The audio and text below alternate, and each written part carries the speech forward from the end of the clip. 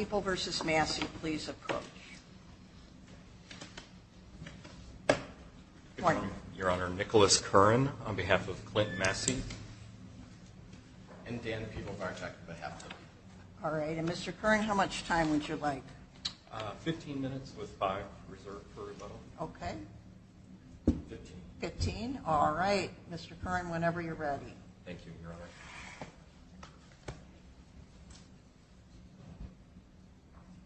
May it please the Court. Again, as I stated, my name is Nicholas Curran, and I represent the defendant appellant Clint Massey. There are 2 issues in this appeal that I would like to argue before the Court this morning. The first corresponds with the first issue we raised in the brief, which relates to Mr. Massey being denied effective assistance of trial counsel by virtue of various acts and omissions committed by his attorney both before and during trial. Now, the essence of our ineffective assistance claim is that, based on the evidence, Mr. Massey's attorney failed to present the only viable defense that was available to him, which is that although the defendant was present at the scene at the time of the shooting, it was his co-defendant, Courtney Ely, who committed the shooting, and that Mr. Massey was not accountable for Mr. Ely's actions. So trial counsel presented an identity defense, basically just, jury, my client is not guilty because he was not present at the scene. All of the state's witnesses that testified to the contrary or made statements before trial were not credible or believable for whatever reason. The problem is that that defense was completely unreasonable. You had every single witness who testified on behalf of the state, who was a witness to the occurrence, either testified at trial or told police before trial, gave a handwritten statement, that Mr. Ely and Mr. Massey approached the victim's car shortly before the shooting occurred. Not only that, you have surveillance video, which corroborated the sequence of events to which those witnesses testified and or told police before trial, that being a procession of 3 vehicles passing before the victim's car, and then about a minute later returning, 2 individuals approaching the car, and then the shooting occurred. So why isn't it a strategic decision? It may be a decision that defense counsel thought was strategic, but the measure of effectiveness... But was it reasonable? Why was it unreasonable? It was unreasonable because of the overwhelming evidence that Courtney Ely and Clint Massey were present at the scene at the time of the shooting. So, but wasn't he taking his chances either way? Because otherwise he'd be right at the scene, right? Correct. And it wasn't clear who may have had the gun. No one testified they saw anyone with a gun. Well, there was testimony by one of the witnesses that somebody thought he might have shot, but wasn't clear on whether, didn't see a gun. No one saw a gun. Correct, Your Honor. So this was all about defense counsel putting the state's case to subjecting it to adversarial testing. And based on the irrefutable evidence that those 2 individuals were present at the scene at the time of the shooting, arguing, well, my client wasn't there, if anything, I believe, enhanced the appearance of his guilt in the eyes of the jury. Why would he deny that he was there if he did not share in the intent with whoever it was that committed the shooting to actually perpetrate the shooting? To deny the obvious, I think only it would have enhanced his guilt in the eyes of the jury. Now, in fact, there was a substantial amount of evidence that trial counsel could have pointed to argue that Courtney Ely was the shooter and that his client was not accountable. So Courtney Ely is the one who received a phone call after the fight at a party that preceded this incident. But Mr. Mulligan said there was no evidence of that. And I can't speak to his recollection of the evidence or his reading of the record. We had juries that were determining what the evidence was, what the likely scenario was, right? Well, we had direct testimony from Caprice Johns, who was in a car with Jasmine Brown, that Tay, who was later identified as Germonte Carpenter, after that group left the party, they placed a phone call, and it was on speaker in their car, and the person who picked up the phone was Courtney Ely, not Clint Massey. So Ely had a conversation with those individuals, and then it's Courtney Ely who leaves physical evidence at the scene. He's the one who whose cell phone is left in the middle of the street at the scene of the shooting, which I would argue is consistent with the idea of perhaps him pulling out a firearm, his phone falling out as he's doing so. Courtney Ely, we know, is handling the victim's vehicle based on him having left a fingerprint on the passenger side window of the victim's car. And then you have Mr. Ely, above and beyond that, returning to the scene in an effort to recover his cell phone, which I believe is an indicator of him trying to avoid detection or cover up his connection to the crime scene, which an inference from that, I believe, is that he has a guilty state of mind. Now, I'm not claiming that that would have been an easy road to hoe for defense counsel, but it would have been far more viable a defense than to simply argue, well, these witnesses are not credible. Courtney Ely It would have been an easier strategy.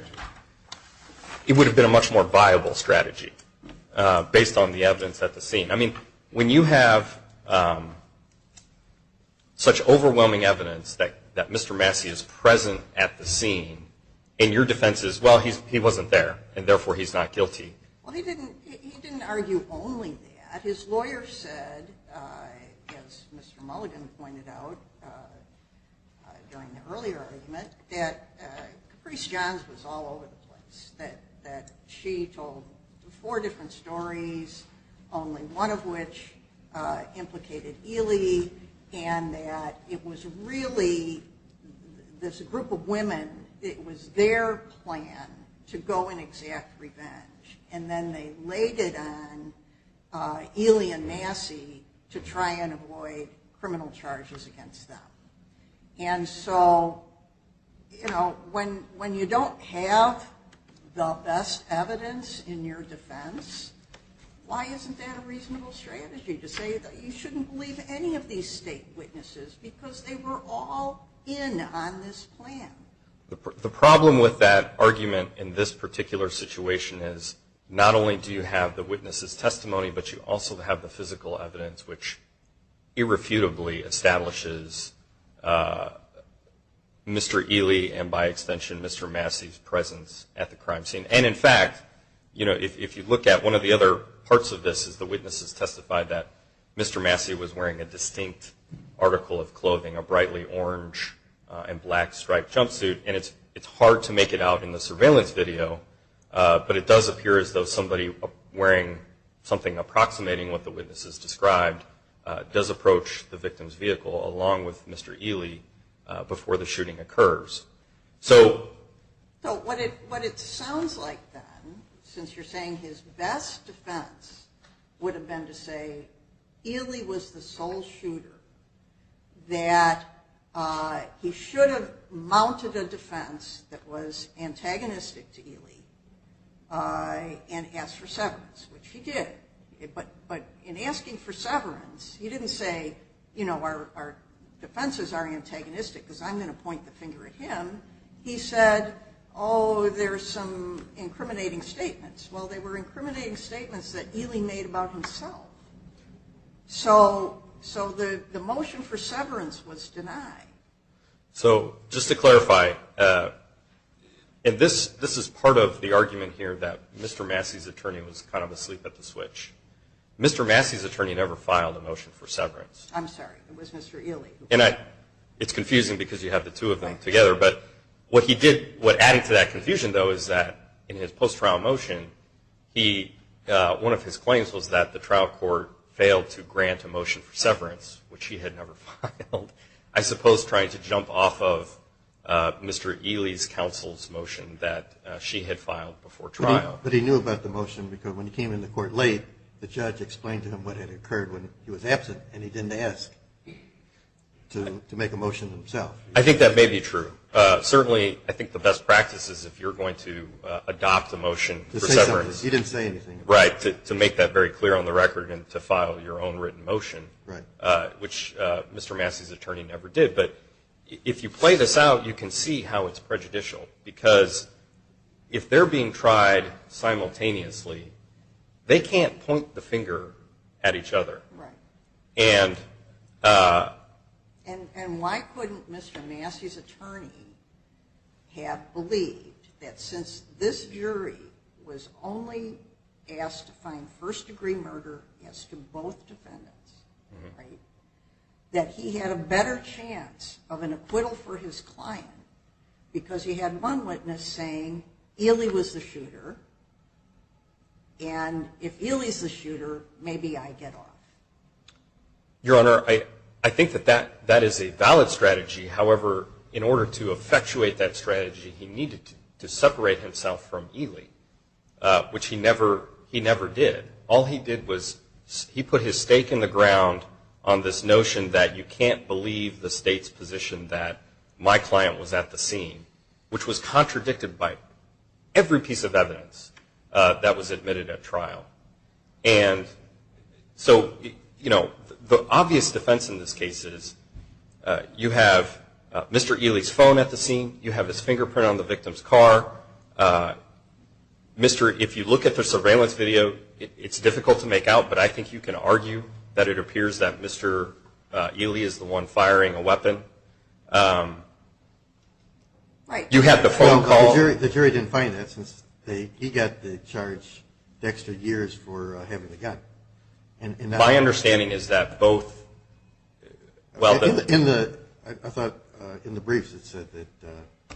So Mr. Massey, I believe, the jury found that he was in possession of a firearm. Right. They were not asked to make a determination as to whether or not he had personally discharged a firearm.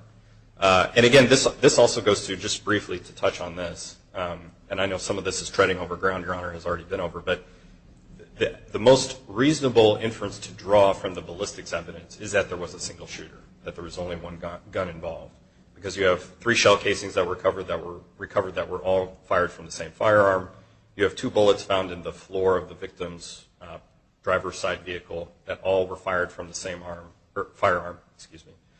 You had 2 bullets that were recovered from the victim during the autopsy that were both fired from the same firearm. They said they were all 9mm, but they could have, and they couldn't say whether it was a revolver or a semi-automatic.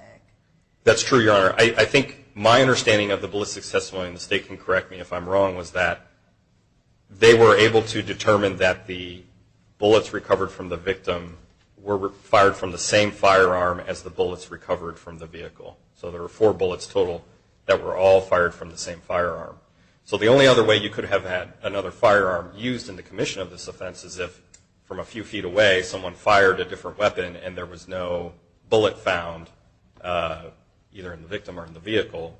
I mean, I suppose it could have happened. You can't rule it out. But the most reasonable inference to draw from all of this, I would submit, is that a single firearm was used in the commission of this offense. So here's the choice faced by Mr. Massey's defense counsel.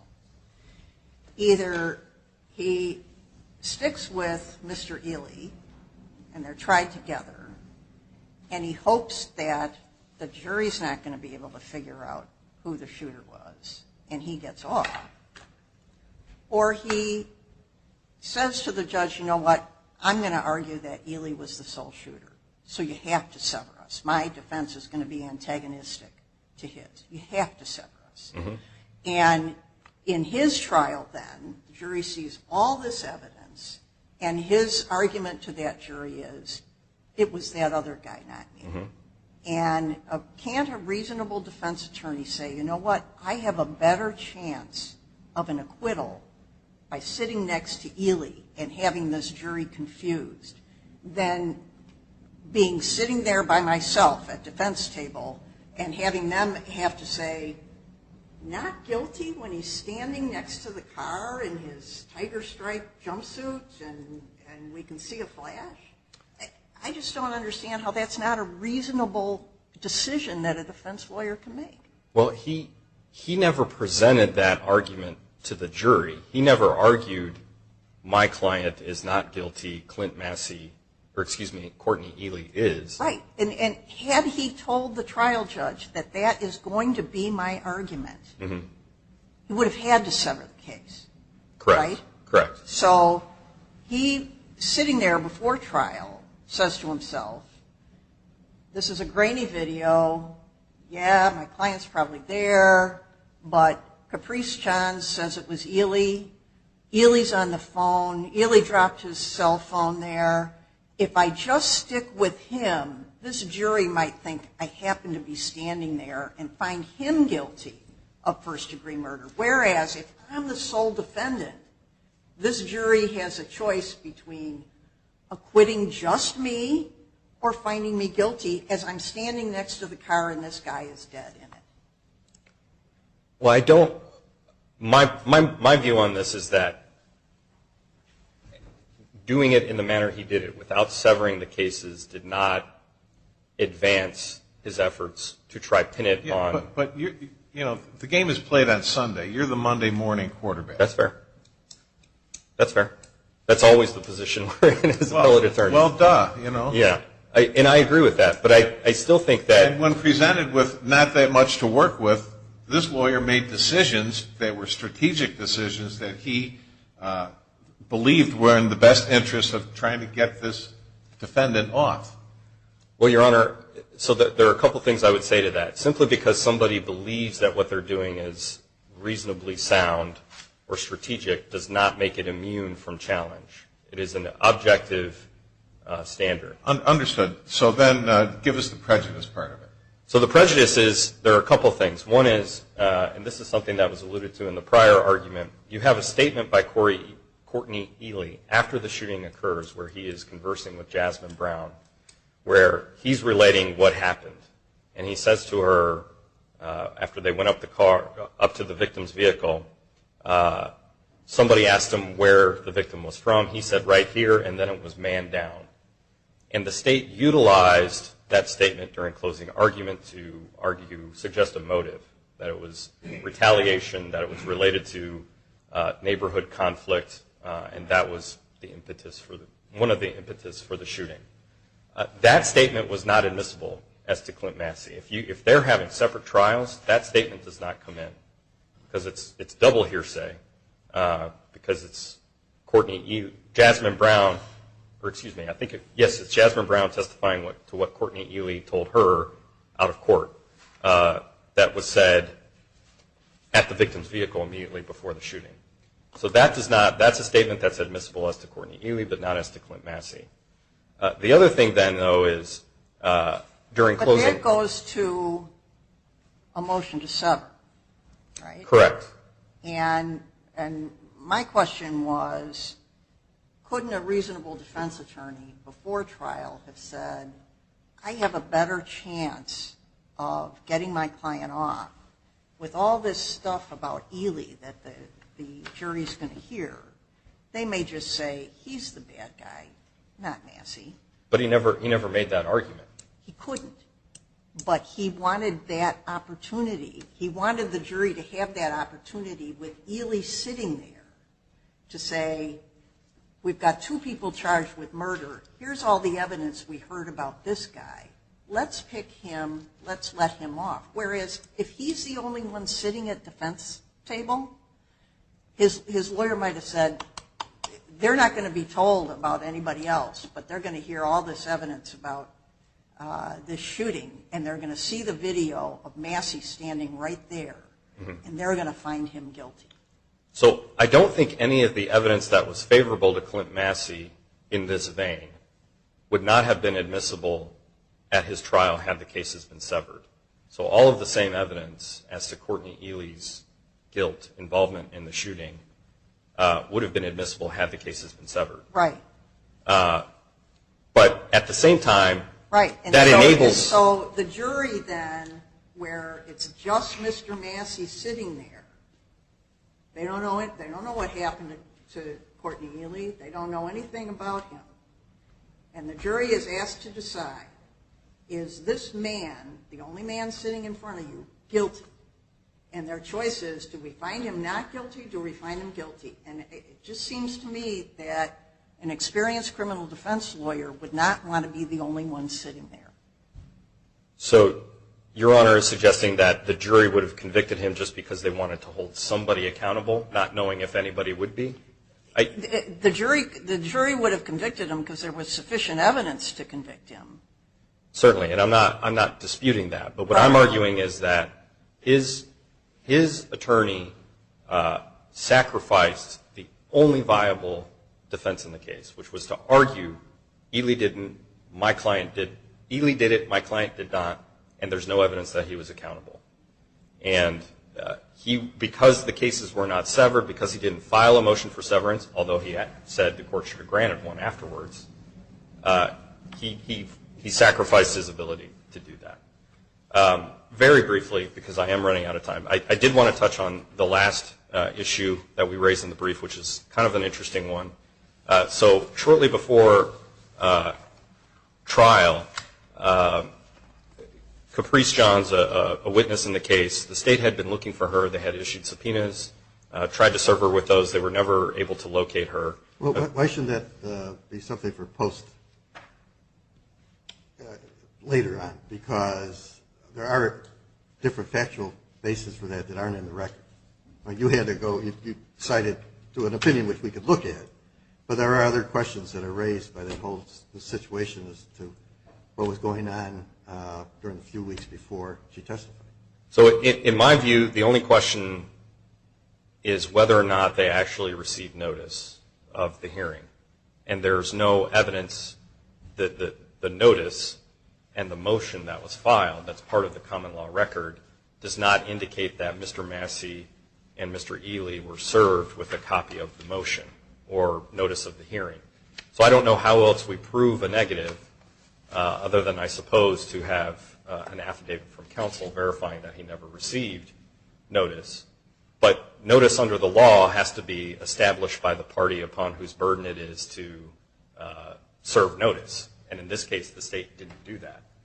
And as a result, you have a situation where Caprice Johns, you have a trial judge who says, well, I'm going to hold you without bail because even though I believe you want to show up, I'm worried that you're going to be extradited to Indiana if I let you go.